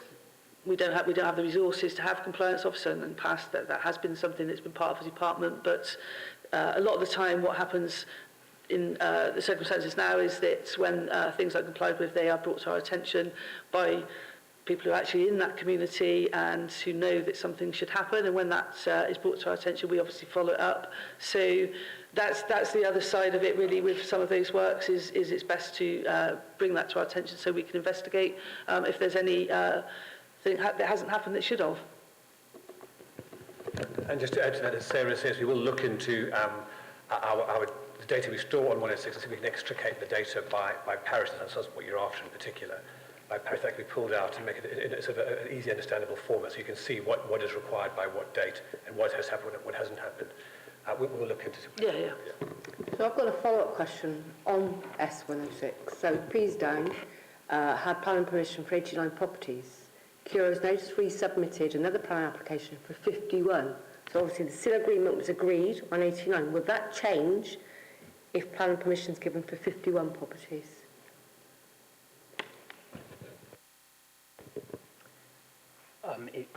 Yes, it most likely would, because the development in question in Beesdown, which I'm aware of, it's extremely unlikely, because there's a new application for a lesser number of dwellings, it's extremely unlikely that the original permission will be implemented.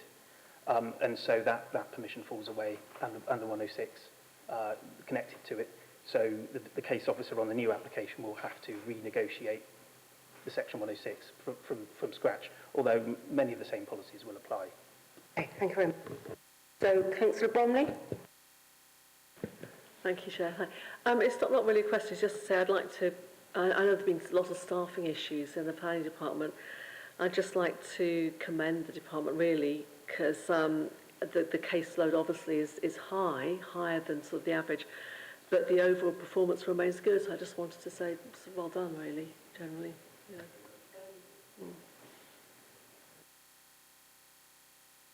Councillor O'Brien. Thank you, Chair. I'd like to ask a question about enforcement. What's particularly in my mind is the enforcement relating to the proposed digester. Can you give me the name?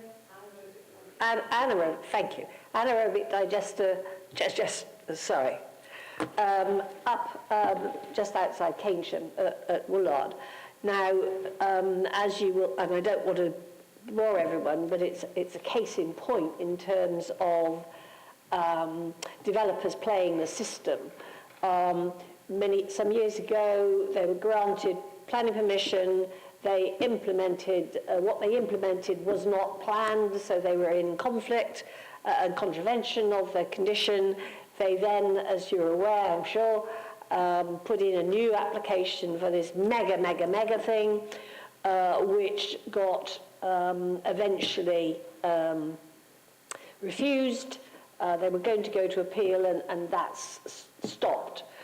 And at the time, because of the timing, the enforcement, which required them to take down all these horrendous buildings and return the environment to an ecologically approved scenario, was delayed because they were going to go forward with the appeal. Now, the appeal has stopped because they realised they're not going to win, perhaps. But now they have been given almost another year to complete the enforcement.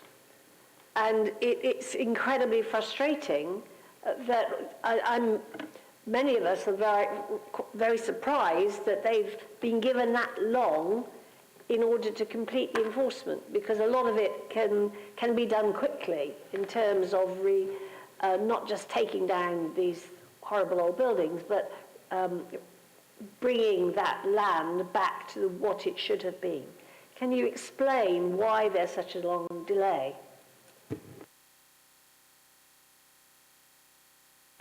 I don't know the specific detail of that case. I can explain that the general principles with regard to enforcement of development, the system does allow and builds in, the legal system within planning builds in all sorts of steps that can be gone through. So if something is built, for example, which isn't in accordance with the permissions that it got, the first port of call is somebody is invited to regularise it. And I know that people find that quite difficult, because if people haven't done it in accordance with what they should have done it with, why should they be able to do that? But if they do apply to regularise it, you can't take any enforcement action. You have to go through that whole process, considering it and finding out whether it's acceptable. At the end of that process, if it wasn't acceptable, people get the right to have an appeal.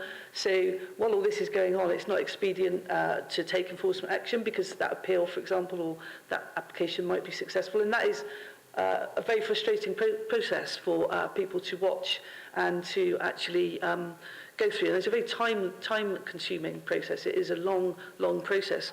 But the frustration is something that is symptomatic of the system, rather than something that we have direct control over. Of course, I do completely understand there might be some circumstances where the implementation or delivery of doing some of these things might be down to the resourcing within the department. And that can possibly cause delays, as it can with any resourcing situation. But generally speaking, it is the process which is causing these very, very long and frustrating situations.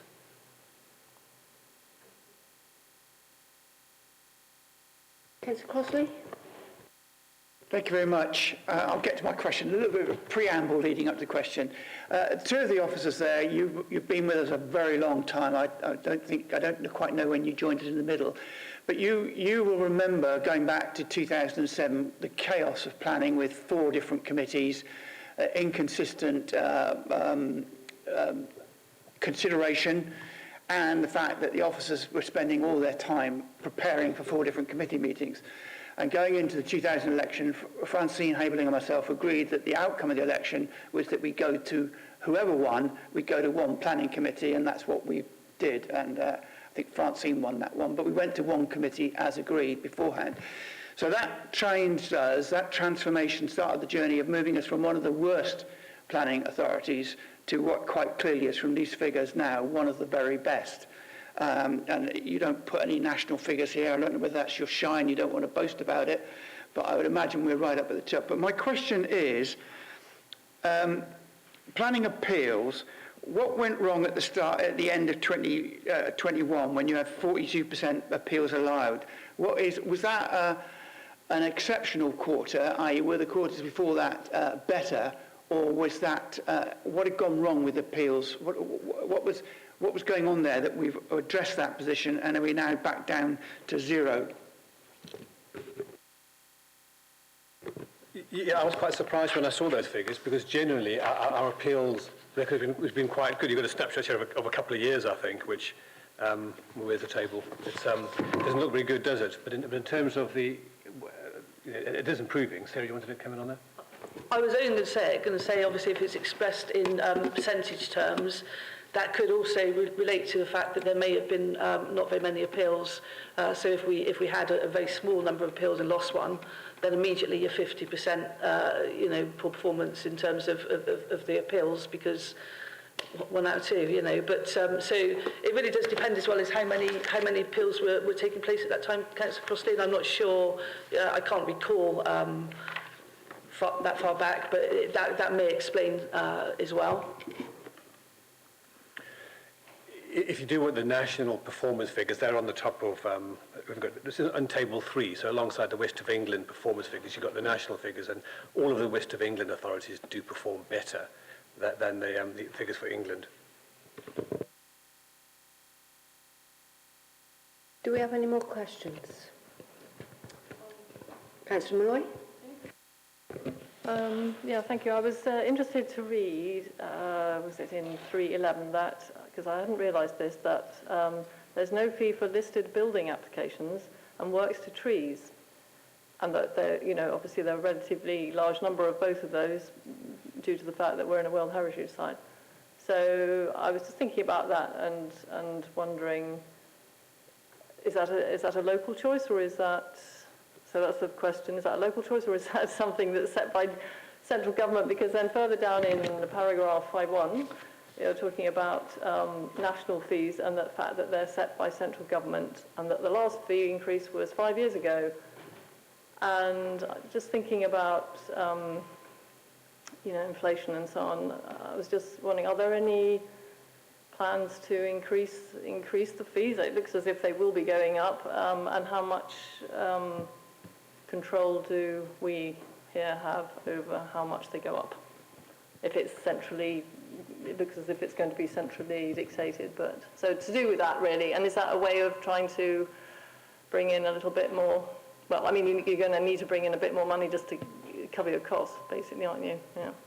Yeah, I mean, the statutory services that the planning service provide, so planning applications, listed building applications and so on, the fees for those are set in national legislation, in a set of regulations, and we have no influence over that. So they're revised from time to time, and new publications are made. There is the government have been talking about raising the fees, and that's been reported on in the planning press. What we don't know is exactly when that will happen.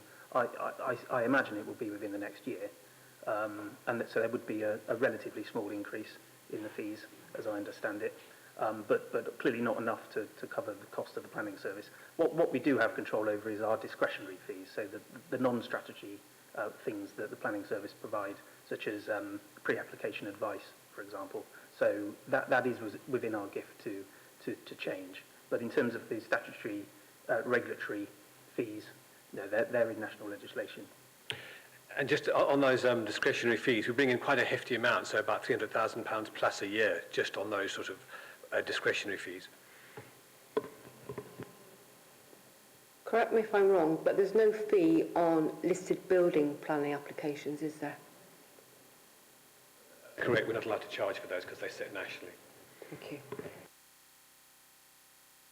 Come up. Well, is the reasoning behind that if they're private property owners and they're going to the trouble of improving their homes, that it's doing everybody a favour in the sense of conserving the national treasure? Is that the reasoning behind it? I'm just interested. I don't know what the reasoning for that is. All I can say is that quite a few listed building applications do come in via pre-app, so we do get some income on that basis because we encourage them to do a pre-app of some of their works. But in terms of the fee, I don't know what the thinking is, but I think you're probably right in terms of the logic, why there's no charge for listed building applications. I mean, it does hit, obviously, disproportionately due to the extremely large number of listed buildings that we deal with. But we do recover some of that by doing some pre-app work on those. And obviously, one of the good things about investing that time at pre-app, although it's non-statutory, is it does enable you to front-load some of the work. So actually, when the application comes in, some of that consideration is already done and paid for through the pre-app service. So that actually helps a little bit with that, the fact that we don't get any income at that statutory stage. Thank you. So I'd like to thank Chris, Sarah and Simeon for coming on this evening and answering lots of questions. I think it's been a benefit to us to know a bit more about planning performance as well. Thank you. So item number 10 is Cabinet Member Update, which there is none. And then item agenda 11 is the panel work plan. So in January we have budget and climate emergency annual reports. And I believe we've also got the electrical emergency action plan. So that then brings our meeting to a close this evening, and thank you everybody.